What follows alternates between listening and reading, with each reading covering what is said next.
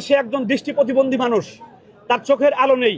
সে শুধু শুনে শুনে আল্লাহর এই কোরআন 30 পারা মুখস্থ করেছে। সবাই সুবহানাল্লাহ বলছি। এই শুনে শুনে মুখস্থ করে সে সারা পৃথিবীকে বিজয় পরাজিত করে 1 নম্বর হয়েছে। এর চাইতে বড় বিজয় আমার মনে আর নাই। একটা টেস্ট মাত্র জয় করছে অস্ট্রেলিয়ায়।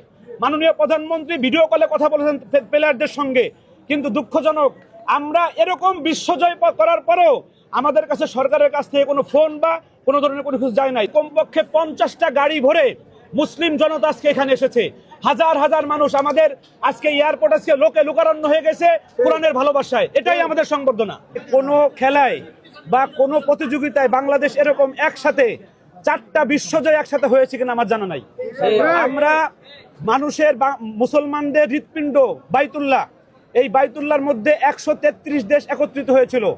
133 দেশের বাছাইকৃত 435 জন প্রতিযোগী এখানে এসেছিল। এই 435 জনের মধ্যে সর্বাধিক বেশি পুরস্কার আমরা বাংলাদেশের জন্য নিয়ে এসেছি। আল্লাহু আকবার।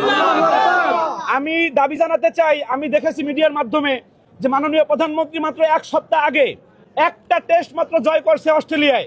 মাননীয় প্রধানমন্ত্রী ভিডিও কলে কথা বলেছেন প্লেয়ারদের সঙ্গে, কিন্তু দুঃখজনক আমরা এরকম বিশ্বজয় করার পরেও আমাদের কাছে সরকারের কাছ থেকে কোনো ফোন বা কোনো ধরনের কোনো কিছু যায় নাই। কমপক্ষে 50টা গাড়ি ভরে মুসলিম জনতা আজকে এখানে এসেছে। হাজার হাজার মানুষ আমাদের আজকে এয়ারপোর্ট আজকে লোকে লোকারণ্য হয়ে গেছে কোরআনের ভালোবাসায়। এটাই আমাদের সংবর্ধনা। মাহমুদুল হাসান সে একজন দৃষ্টি প্রতিবন্ধী মানুষ, তার চোখের আলো নেই। সে শুধু শুনে শুনে আল্লাহর এই কোরআন 30 পারা মুখস্থ করেছে। সবাই সুবহানাল্লাহ বলছি। এই শুনে শুনে মুখস্থ করে সে সারা পৃথিবীকে বিজয় পরাজিত করে 1 নম্বর হয়েছে। এর চাইতে বড় বিজয় আমার মনে আর নাই।